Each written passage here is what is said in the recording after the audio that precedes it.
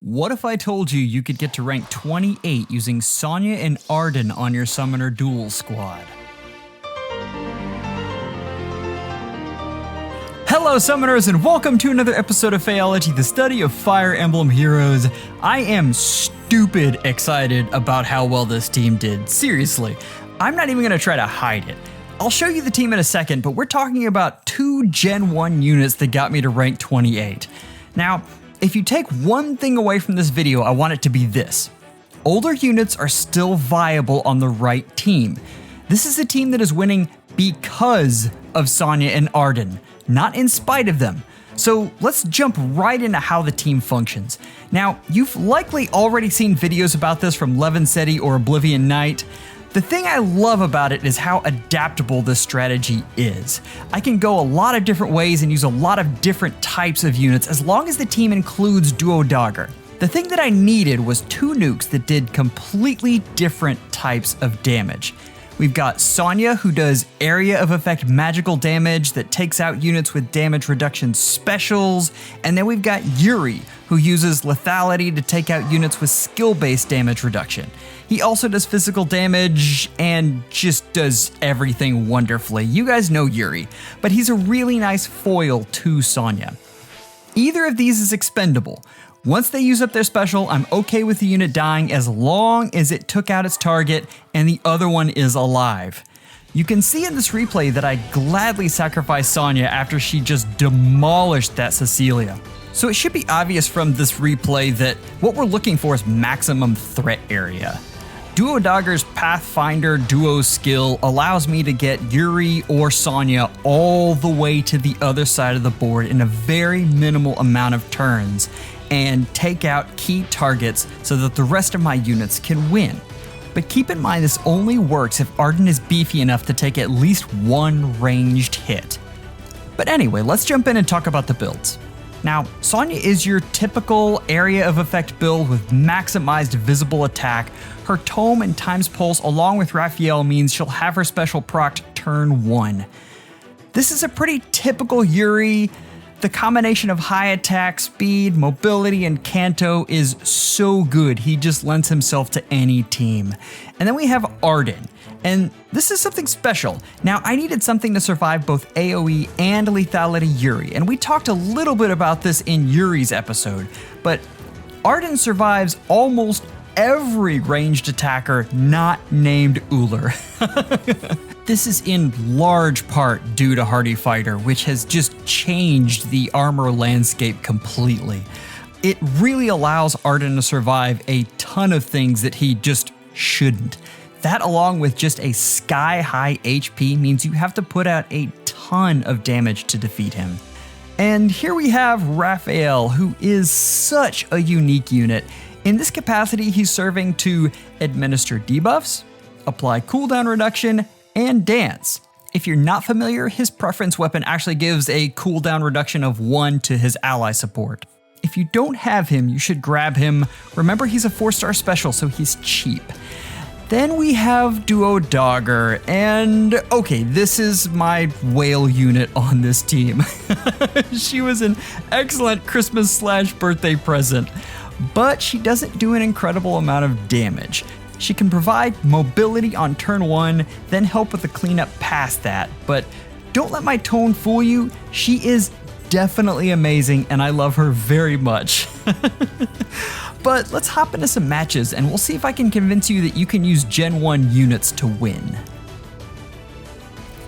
Summoners, I can't believe how intense this mode is. Like I was going through the replays just now just to make sure I knew what I was talking about, and I gotta tell you, like, I got nervous.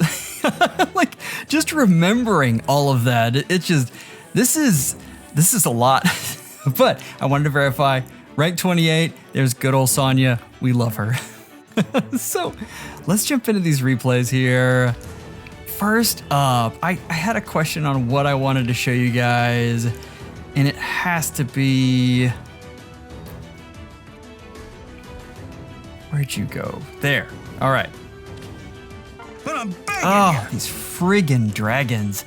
You're gonna see a common theme where they eat my lunch.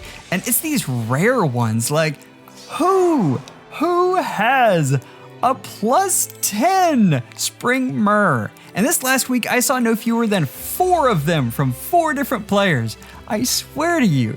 So, plus 10 there, plus 2 on Gunthra, plus 5 on Ashe, plus 10 on Ullr. Right off the bat, like, this is trouble.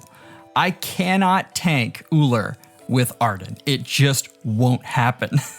So, I'm still playing this the same with the knowledge that as soon as Ullr does take out Arden, I can retaliate because Ullr can't Canto, which is just huge. Like Canto is such a powerful thing, but I've still got to figure out how to deal with this Myrrh. And you can see this is a common thing. You want to stay just outside of the range of this kind of squad for at least a turn. And then you can hope that some of your other folks can get in a range. In particular, you can see this Myrrh has even Tempest. And so that's what they're going for. So I need everything in formation to be able to strike it, whatever they send at me this next turn. Including bunny sounds. All right. Set up, and we've got that frigging Ashe right there, ready to pounce. But the thing that has to go is Ullr. Has to get off the board. Done. Unfortunately, when I do that, it means that leaves him in perfect position with that Ashe to take out my Yuri. All I can do with that dogger is chip damage. So then, now, this is a common theme, seriously. Using Arden as a meat shield is just genius. Just 73 HP is so much. But the thing you're gonna notice, and the reason I was so worried at this point, this was easily my most intense match. This Gunthra, all she has to do, the only thing, is take out Raphael. If she does that, it's game over. Like, that's it.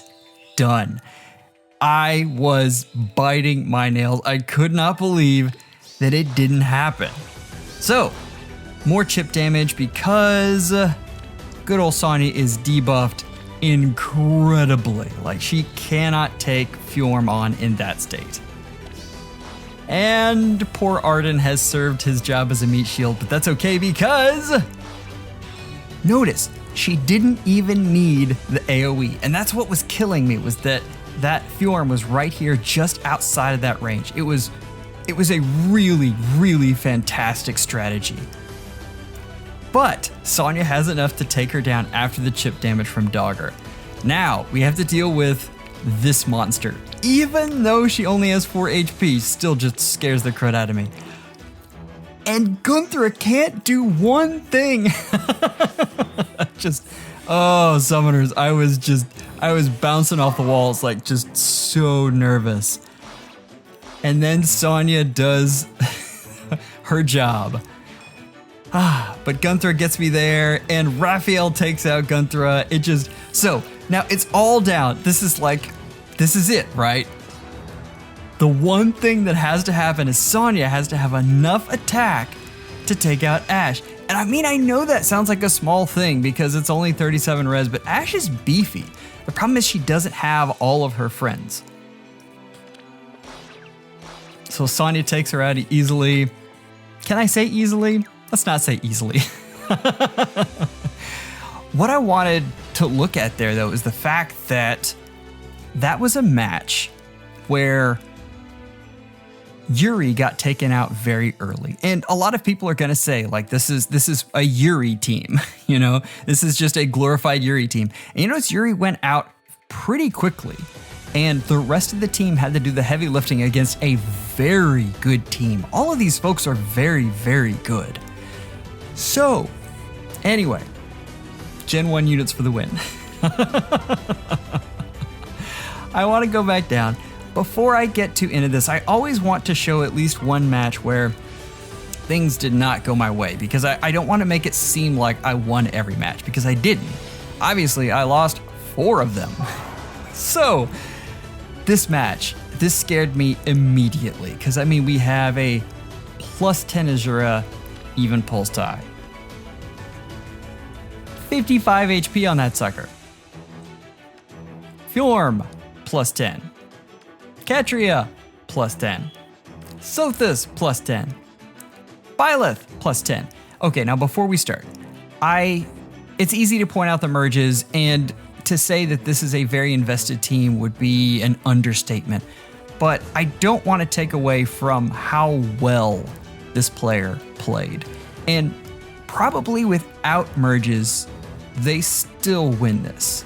They did an amazing job. And to make that sound less because they have merges is not my point here.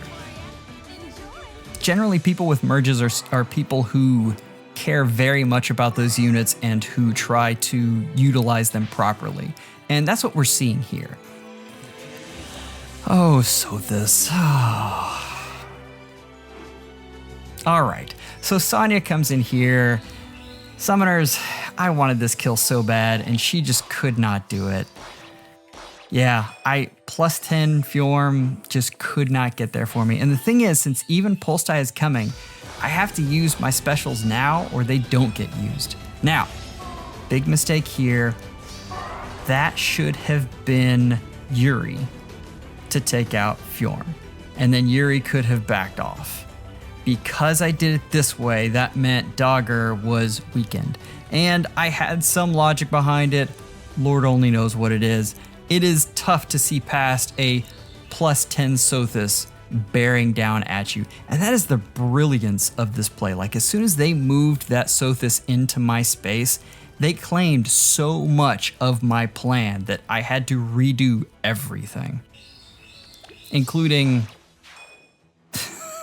having no units that could even touch that that poor Sothis. I say poor Sothis, this is poor me. At this point, it's lost, right? They have the moment that I made that move and took out Fjorm with the duo dagger, I had lost. Still, excellent play there. And you can see this team definitely has its weaknesses. In particular, those dragons just give me trouble. Like, they are tough. Raid boss dragons are no joke. Let's go back up the way here, and you can see I'm jumping around, but I think this order's best. Let's look at this Catria ball, and this is a fairly high-ranked player. We're both gold at this point. And we're gonna look at how exactly this worked. This is a very smart player. So we've got plus ones, even pulse time nils, which is great. That means I'm on a clock. And we've got a plus 10 Inez. Now, one of the big things that happened here was that Sonya actually has enough HP not to get hit by nils. Yeah, it happens that way sometimes, but I was just ecstatic. Like, it's exactly on the line. But here we go. And I mean, you've seen this opener 4 times now. You've seen it a few times. You know how this works. It is very effective getting the players into action. They're going to see what's coming and back off to that same positioning that we talked about before. Now, the problem with that is I do get the 2 extra points. The good thing with the way they've set up is they want that spot there. That spot there lets them be in position to where they can get 2 people and get triangle attack from Inez. I didn't try it out, but my suspicion was that Arden could not take 4 hits from Inez with a moonbow. That's just a lot to ask. He's strong and he's tough, but he's not that strong and tough. So, we've got to get Sonya into position to take out Fjorm, because once Fjorm's gone, the rest of this can start working.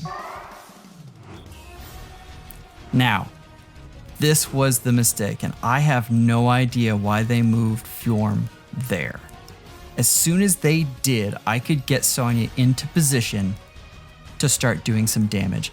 And what's worse, what is absolutely worse, is they got in this perfect star shape. So everything has been working in their favor. Like, they are about to pounce, and then they get into this formation, and Sonya does her thing. Look at that. Oh, Sonya. And I mean, from there it's cleanup, but I've also taken out their captain, so I get to go first this round. Oh, summoners. It was, yeah.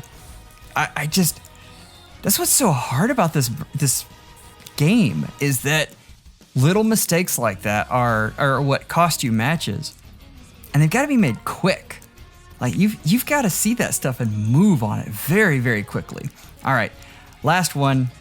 We have to show Fallen Edelgard, right? I mean, she is the queen of raid bosses right now. Well, maybe Duo Sothis if there was more of her, but right now, I mean, by far. Look at this, just plus 10. Then we have a Myrrh for near save support, which is interesting, right? Then we have, of course, Reeve, which just shuts down my glorious Yuri. Keep that in mind. There's a lot of counterplay to Yuri. There is a ton of it out there. He's still a good unit, but you run into matches like this where you're just in trouble. Okay, Dual Infantry 4. I had to have this explained to me. This is to get HP up to 47, which dodges a lot of the even pulse tie shenanigans.